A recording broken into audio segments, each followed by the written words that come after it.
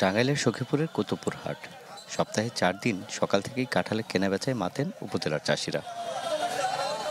কিন্তু উঠোনের কাঁঠাল বাজারে এনে মধ্যস্থভোগীদের কাছে কম দামে বিক্রি করতে বাধ্য হন তারা। বলছেন, পাইকাররা না আসায় দাম দর করার সুযোগ নেই। লস আমাকে লস, একটা কামলার দাম তো 200, 300, 400, 500 করে। আরতদারে তো লাভবান হবো, আরতদারেরা তো এন থেকে কিনতেছে সস্তা, ব্যস্ত আছে, এরা ঠিকই ভালোই। এগুলা ভাত খাওয়া দেয়া পরে তারা যে নাম করে থামথিম কিছু কিছু দেয় আর কি। কাঁঠাল পাইকারদের কাছে বিক্রি করে অল্প কিছু লাভ হয় বলে দাবি হাটের ক্রেতাদের। বলছেন, মান ভালো হলে দাম দিতে সমস্যা নেই। ভালো জিনিসের দাম সব জায়গায়, যেমন 10 টাকা 20 টাকা বিক্রি হয়, সেগুলো তো ছোটো কাঁঠাল।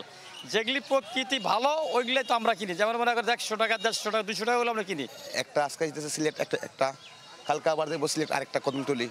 এভাবে মাল আমি নিজে কিনি, কোনো দলাল ছাড়া। RICL TMX, যুগের পর যুগ স্থাপনা থাকে মজবুত। যদি একটু বেশি হয়ে গেল তাহলে দাম কম, আবার পাটি একদিন বেশি এসে গেল তাই লইলো দাম বেশি। আধুনিক ব্যবস্থাপনার মাধ্যমে কাঁঠাল বাজারজাত করতে পদক্ষেপ নেওয়া হচ্ছে বলে দাবি কৃষি কর্মকর্তার। কাঁঠালকে কিভাবে প্রক্রিয়াজাত করা যায়, কাঁঠালের চিপস, কাঁঠালের আচার, এই সংক্রান্ত আমরা প্রশিক্ষণ দিচ্ছি। কাঁঠালের যাতে ন্যায্য মূল্য পায় এবং কৃষক যাতে সরাসরি সেটা বাজারজাত করতে পারে, এবং কাঁঠালের যেহেতু সব অংশই ব্যবহারযোগ্য এবং ভক্ষণযোগ্য, তো এই বিষয়গুলো নিয়েও আমরা কাজ করছি।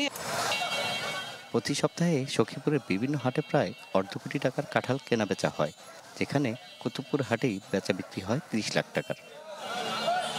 মাসুদ রানা, চ্যানেল 24, টাঙ্গাইল।